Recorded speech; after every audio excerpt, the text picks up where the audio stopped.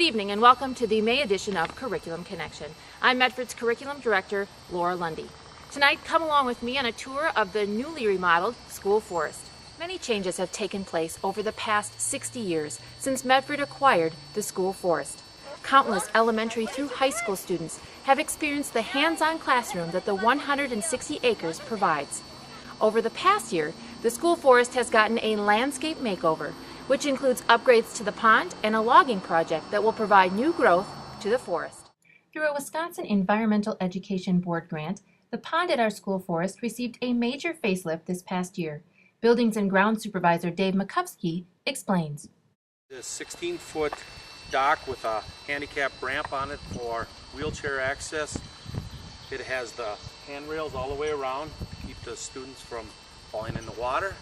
We added this paddle boat off to my left here. That's going to enable the kids to go out into the pond. We added this 20-foot aerator over my right shoulder here that is supplying air into the water to keep the fish alive in the winter months. When you head out to the school forest pond, you'll see a new permanent resident. The duct is actually the source to get the air into the water from the aerator. This shed was built by Bruce Polowitz's Woods 5 building construction classes. It's 10 by 18. They built it last fall and we hauled it out here like late November. So we actually haven't got any supplies in it other than the life vests here. So we've got several life vests to fit all ages that we'll store in these totes out here on the shelves that were constructed to keep them from the rodents getting a hold of them. In addition to major improvements to the pond area, a 55-acre section of land was logged, providing an area for new growth and added animal habitats. DNR Forester Scott Miller explains. This cut was about 55 acres. Behind me is about a 2-acre patch of aspen that we clear cut. The other was hardwood and a little bit of pine. It was cut last year. It was done just after Christmas. This patch was aspen or popple. It requires full sunshine. It's a short-lived tree, and we don't have a lot of it in the school forest. We got about 4 acres out of 160, so to try to maintain this cover type, we have to clear cut it, and then it sprouts from the roots.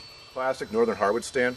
This was the vast majority of the sale. About 53 acres of the sale was this type. This is called, what was done here is called single tree selection. You pick out the worst trees, you open around the crop trees, roughly a third goes, 2/3 stays. Some trees had to be retained because they were for stocking reasons. You don't want to open it up too much because it will turn into raspberry. Trying to promote different, different species diversity, different size classes, different age classes, all that in this forest, and it just takes time.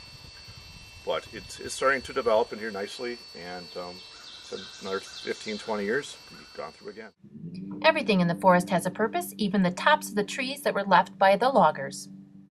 We're going to let's let those rot down in the ground and recycle those nutrients back into the ground. They actually act as that. They're good for the small critters because they can hide from the big critters in the brush. So it provides a lot of extra habitat like for the wildlife too. The Medford School Forest is a treasure within our community that is enjoyed by students and other community organizations all year round. With recent upgrades to the pond and forest facelift, it will continue to be a treasure for years to come. For Curriculum Connection, I'm Laura Lundy.